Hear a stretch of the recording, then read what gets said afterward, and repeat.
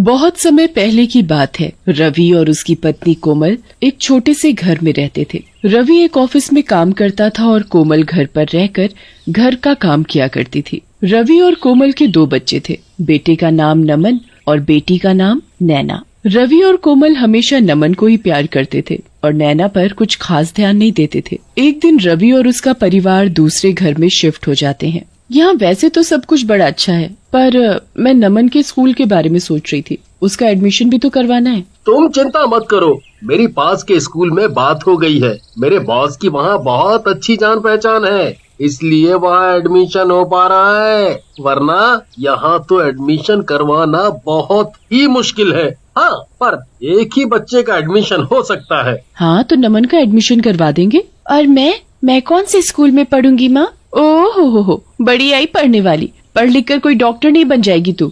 आखिर एक दिन शादी करके अपने घर ही जाना है तुझे, समझी? नैना बहुत रोती है, पर कोई भी उसकी बात सुनने को तैयार नहीं होता। कुछ दिन बाद से नमन नए स्कूल में जाना शुरू कर देता है। एक सुबह वो स्कूल के लिए निकल ही रहा होता है कि तभी नैना उसके कमरे में आती है। देख, मेरा नया बैग, नई बोतल। तुझे पता है मेरा स्कूल कितना सुंदर है, कितने सारे झूले हैं वहाँ। सच्ची? कितना मजा आता होगा ना स्कूल में। मैडम कितना अच्छा पढ़ाती होंगी। चल पागल, पढ़ना किसको अच्छा लगता है? मुझे तो बस वहाँ झूलों पर झूलना और बच्चों के साथ खेलना पसंद है। ये तुम कैसी बात कर रहे हो भैया?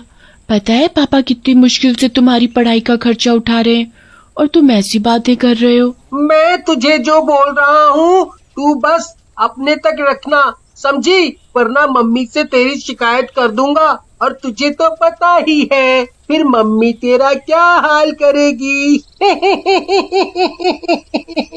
तभी वहाँ कोमल आ जाती है। कितनी देर हो गई नमन, चलो जल्दी स्कूल जाओ वरना बस निकल जाएगी। नमन स्कूल के लिए निकल जाता है। नैना पूरा दिन अपनी माँ के साथ घर के कामों में ही हाथ बटाती रहती है। उसे स्कूल न जाने का बड़ा ही दुख होता था, पर वो कुछ भी नहीं कर सकती थी। एक रात नैना को नींद नहीं आ रही होती तो वो खिड़की पर जाकर खड़ी हो जाती है और बाहर की ठंडी हवा ले रही होती है। नैना खड़ी खड़ी स्कूल के बारे में सोच ही रही होती है कि तभी उसे आवाज आती है, B-A-T बैट, C-A-T कैट। अरे ये इतनी रात में बच्चों के पढ़ने की आवाज कहाँ से आ रही है? नैना और ध्यान से लगाकर सुनने की कोशिश करती है तो इस बार फिर से उसे आवाज आती है, चलो बच्चों अब अपनी हिंदी की कॉपी निकालो, मैं आज तुम सबको एक कहानी सुनाऊंगी। अरे ये तो किसी टीचर की आवाज है जो बच्चों को पढ़ा रही है, पर इतनी रात में कौन सी टीचर बच्चों को पढ़ा रही है?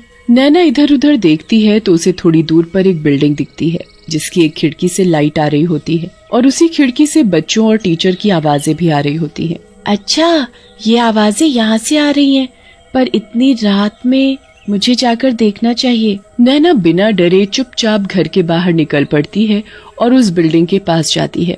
बिल्डिंग पर विद्यालय लिखा होता है। नैना बिना सोचे समझे स्कूल के अंदर घुस जाती है। अंदर एक अजीब शक्ल की औरत रिसेप्शन पर बैठी होती है। तुम्हारी क्लास कब से शुरू हो गई है? चलो जल्दी जाओ और कल से लेट मत आना। मेरी क्लास? पर मैं तो यहाँ पहली बार आई हूँ। कोई नहीं, चलकर देख ही लेती हो। नैना ऊपर जाती है तो वहाँ एक मैडम हाथ में फाइल लेकर घूम रही होती है। चलो जल्दी जाओ क्लास में वरना मैम बहुत गुस्सा करेंगी। पर मैं तो बातें बाद में करना, चलो भी क्लास में जाओ। नैना को कुछ समझ नहीं आ रहा होता कि आखिर उसके साथ ये क्या हो रहा है। वो पहली बार स्कूल में आई है और सब लोग उसके साथ ऐसा व्यवहार कर रहे हैं जैसे वो उसी स्कूल की बच्ची है। नैना क्लास में घुसती है तो उसकी आंखें फटी की फटी रह जाती हैं। वहाँ एक चुड़ैल भूतिया बच्चों को पढ़ा रही होती है। नैना जोर से चिल्लाती है, आ बचाओ!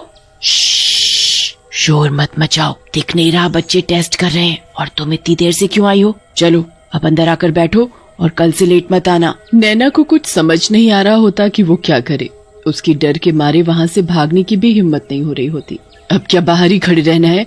बोला न अंदर आकर बैठो, चलो जल्दी आओ। जी मैडम।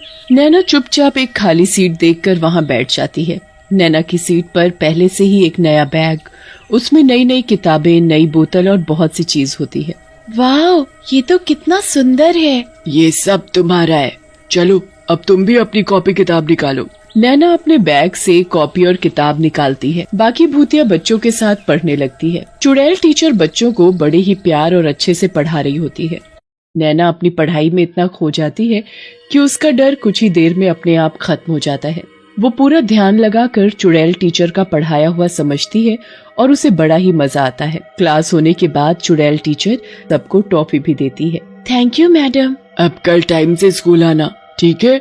फिर तुम्हें रोज टॉफी मिलेगी। ठीक है मैडम। पर एक बात याद रखना। क्या बात मैडम? यही कि किसी को भी इस स्कूल के बारे में नहीं बताना, वरना कोई तुम्हें यहाँ दोबारा नहीं आने देगा। मैं किसी को नहीं बताऊंगी। नैना के स्कूल की छुट्टी रात के 3:45 पर हो जाती है और फिर वो अपने घर आकर चुपचाप सो जाती है। नैना अगले दिन उठती है पर किसी को भी रात की बात के बारे में कुछ नहीं बताती, क्योंकि उसे डर होता है कि उसके स्कूल के बारे में जानने के बाद उसके माँ बाप उसे दोबारा वहाँ नहीं जाने देंगे। नैना इसी डर से रात के स्कूल वाली बात किसी को भी नहीं बताती। नैना को तो बस पढ़ने का इतना शौक होता है कि उसे कोई फर्क ही नहीं पड़ता कि उसे आधी रात में एक भूतिया स्कूल में जाना पड़ रहा है और वहाँ पढ़ने और पढ़ाने वाले सब भूत चुड़ैल हैं। नैना रात के 12 बजने का इंतजार करती है। जैसे ही 12 बजते हैं वो दोबारा उसी भूतिया स्कूल में पढ़ने जाती है और खूब मन लगाकर पढ़ती है। कितना अच्छा लग रहा है यहाँ, कितना सब सीखने को मिल रहा है। सच में मुझे भी पढ़ने का बहुत शौक है। पर तुम सब भूत कैसे बन गए? ये टीचर भी। एक दिन इस स्कूल में आग लग गई थी और बहुत से बच्चे और टीचर उसमें जलकर मर गए। इस स्कूल का मालिक भी उसी में जलकर मर गया। उस दिन से ये स्कूल बंद है, पर हम लोग आज भी अपनी मैडम से पढ़ते हैं। नैना रोज रात को उस स्कूल में जाती और सभी भूतिया बच्चों के साथ क्लास में बैठकर पढ़ाई करती। कभी कोई चुड़ैल उन्हें पढ़ाती तो कभी कोई चुड़ैल, पर सभी चुड़ैल टीचर बड़ी ही अच्छी होती हैं और वो सब बच्चों को खूब प्यार करती हैं। नैना को उस स्कूल में पढ़ते पढ़ते काफी साल हो जाते हैं और उसकी पढ़ाई पूरी हो जाती है। कभी किसी को नैना के स्कूल के बारे में कुछ पता नहीं चलता। नैना और नमन काफी बड़े हो जाते हैं। नमन इतने अच्छे स्कूल में पढ़ने के बावजूद भी नालायक होता है और नैना बहुत ही होशियार हो चुकी होती है। एक दिन कोमल और रवि नमन पर चिल्ला रहे होते हैं। मैंने अपना सब कुछ तेरी पढ़ाई पर लगा दिया, पर तूने सब बर्बाद कर दिया। जब देखो फेल फेल फेल। अब तो हद हो गई है। मेरे पास अब एक पैसा नहीं बचा जो मैं तेरी पढ़ाई पर लगा सकूं, समझा? आपने मेरे ऊपर पैसे लगाए हैं तो कुछ एहसान नहीं किया है, और मैंने तो अपनी तरफ से पढ़ाई की है ना। अब मैं फेल हो गया तो हो गया, इसमें इतना क्या गुस्सा हो रहे हो? हे भगवान, इस लड़के को तो जरा भी शर्म नहीं रही। नमन पढ़ने में कभी ध्यान नहीं देता और ऊपर से वो दिन पर दिन बहुत ही बदतमीज होता जा रहा था। धीरे धीरे उसने घर से पैसे तक चुराने शुरू कर दिए थे। एक दिन जब रवि और उसका परिवार रवि के बॉस के घर एक पार्टी में जाते हैं तो नमन वहाँ भी चोरी करने लगता है और नमन का बॉस उसे रंगे हाथों पकड़ लेता है। ये वही है ना जिसका मैंने एडमिशन करवाया था। देखो तो आज मेरे ही घर में चोरी कर रहा है। रवि, तुम्हें कल से ऑफिस आने की कोई जरूरत नहीं है, समझे? सर, मेरी क्या गलती है? मैं चोर के बाप को नौकरी पर नहीं रख सकता, अंडरस्टूड? नमन की हरकत की वजह से रवि की नौकरी चली जाती है। कुछ ही समय में वो लोग सड़क पर आ जाते हैं। उनके घर में खाने को एक दाना भी नहीं होता। नैना को ये सब देखकर बहुत दुख होता है। वो आस पड़ोस के बच्चों को पढ़ाने लगती है और घर का खर्चा चलाने लगती है। जब ये बात रवि और कोमल को पता लगती है कि उनकी बेटी नैना बच्चों को पढ़ाती है तो वो बड़े हैरान होते हैं। नैना तो कभी स्कूल ही नहीं गई, तो फिर वो दूसरे बच्चों को कैसे पढ़ा सकती है? यही बात सोच सोच कर तो मैं भी परेशान हूँ।